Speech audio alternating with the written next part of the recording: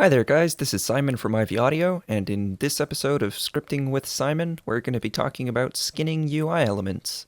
So by skinning UI elements, I mean creating all of these knobs, sliders, switches, more sliders, buttons, all that sort of thing. Alright, so the first thing to understand is that Kontakt reads UI skins from sprite sheets. So let's have a look at one. This here is the sprite sheet from this gear icon. As you can see, it's just 6 frames of an animation organized horizontally inside of one PNG file. Now for a button, there's a specific order that these frames need to be in, and that order is off mouse down, on mouse down, and off mouse hover and on mouse hover. So if we take a look here, we see this is the default state. If we hover over it, we get a little bit of a lightening effect, and if we click down, it darkens a bit. And when we let go, it changes again. So there you go. At the root level, that's all that's happening. Kontakt is just reading frames out of an image. So if we have a look at the directory where these images are stored, you can see we have definition text files for all of these various UI elements. So if we have a look at the definition file, we see some parameters. Now, this file tells Kontakt a little bit more about the UI control, and we'll talk more about what all of these do in a little bit. So, well, let's go ahead and build a button. I do all of my graphic design in Photoshop because I am not a very good graphic designer. As you can see, the user interfaces for all of my libraries are extremely simplistic, but, I still think it looks a lot nicer than just having the default Kontakt skins like these dropdowns here. I was just a bit lazy and didn't feel like creating another skin for that dropdown. So, the first step is to decide on a size for our button. In this case, we're just going to use 32 by 32 pixels, and that's good. So we get our new document, going to unlock the background. I'm just going to make a circular button, something similar to this toggle here. We can make it red and blue for the on and off state. So we're just going to grab an ellipse, hold shift to make it a circle, and now let's transform this and give ourselves 2 pixels from this side and 2 pixels from this side. That if we want to do a drop shadow or anything, we have a little bit of extra room to do that. Now, pretty much all of my UI design is just layer styles. We're talking strokes, color overlays, gradient overlays. It's really simplistic, but it's still very easy to create something that looks pretty good. So let's start out with a gradient overlay. We'll make this a nice red color, grab a darker red, and we'll make this radial so that we get that center effect. Okay, that looks alright. And a good thing to keep in mind is from time to time you want to go down to your zoom level and just set it to 100% and have a look at what your element is going to look like at its full-size zoom level. This is exactly what it will look like when we load it into Kontakt, basically. So that's a start to a button. Let's add a little bit of stroke around the outside. We'll put that inside. We'll make it 100% opacity. So a good idea is to create a background layer for yourself that's roughly the color of what the background of your UI will look like. In this case, I tend to have darker backgrounds on my libraries, so we'll just set a black background. Have a look at it at 100% again. And that's roughly what the button will look like. I'm just going to add a little bit of maybe an inner shadow. No, let's just leave it like that. So this is a very simplistic button. We can disable the background. So a good idea right now is to create a new layer and draw a box all around that and put a stroke, which is inside 1 pixel and 100% opacity. Then you turn the fill down on this, drop it down behind the ellipse, and this gives us a nice boundary so that we know where our button is, because the next step is to change our canvas size. So, we know that the animation needs to have 6 frames in it. We know that our button is 32 pixels, so we're just going to do 32 times 6, gives us 192. It doesn't matter if we organize a sprite sheet vertically or horizontally, Kontakt can read either, but I'm going to do horizontally because that's just the way I like to work. I think it makes things a little more intuitive. Can collapse our layer styles. We're going to select both of these and group them and name this off. This is going to be our off state. So the next thing I'm going to do is create the on state button. So I just duplicated this layer. There are two ways to duplicate a layer. You can drag a group or layer down to the new layer button and that will duplicate it. Or you can hold Alt, click, and drag and it'll create a copy. So I'm going to take this copy layer and just put it right next to the other one. See, this is where that border comes in handy because we can see exactly where we need to position the layers next to each other. We're going to make this one blue. So this is our copy. This is going to be the on state. We'll double click our ellipse to bring it to layer styles. And let's change this gradient to a nice blue gradient.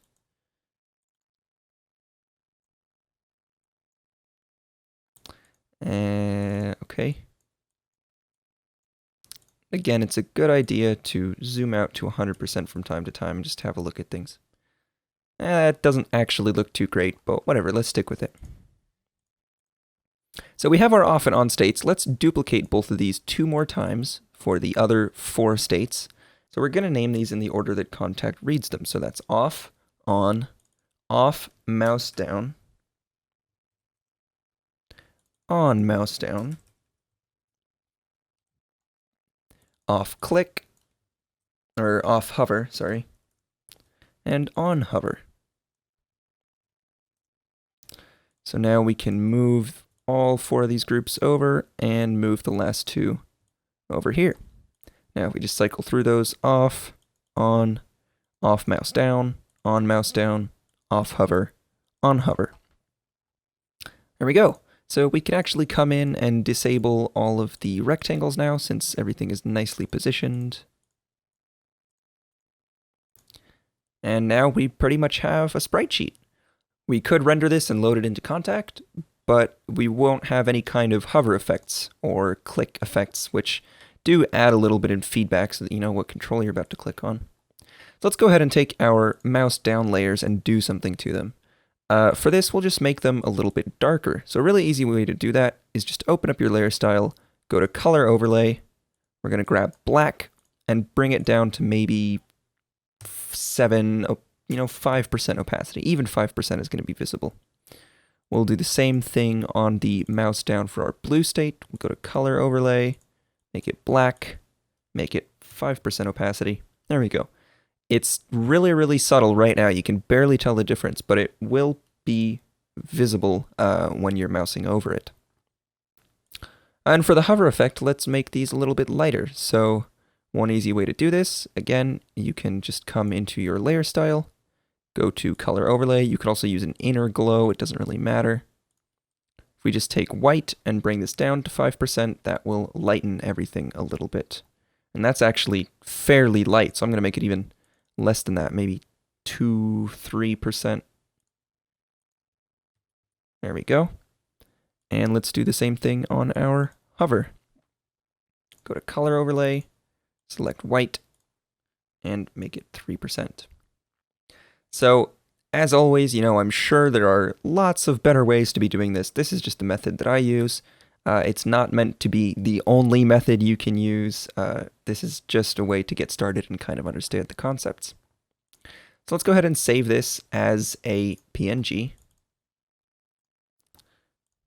And that will allow us to have transparency. So if we were to save this as like a JPEG or something, everything in the background would look white instead of being transparent. So that is why Kontakt uses PNGs, because otherwise it would look terrible.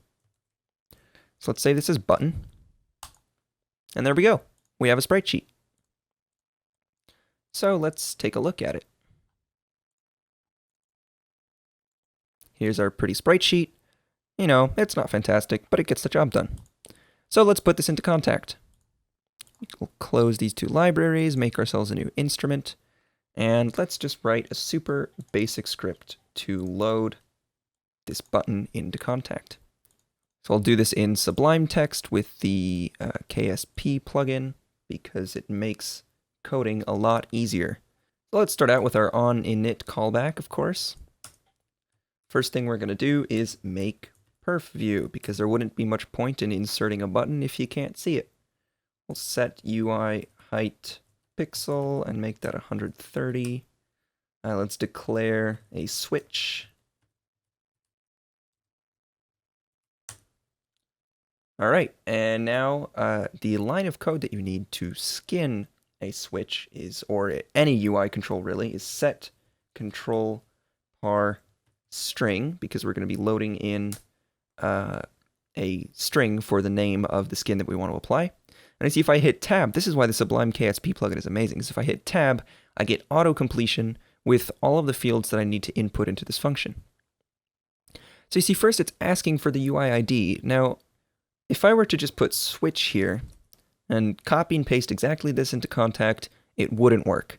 I can do that here because the compiler does some cool stuff behind the scenes, but really what you need to do is use get UI ID of switch.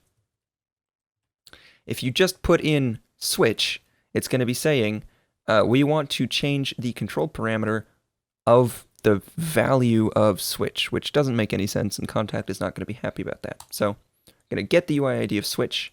The control parameter we want to modify is control par. Again, since I'm trying to do this in native KSP, let's insert that $sign. We're going to do control par picture, and then we saved it as button, I believe. What do we save it as? Yeah.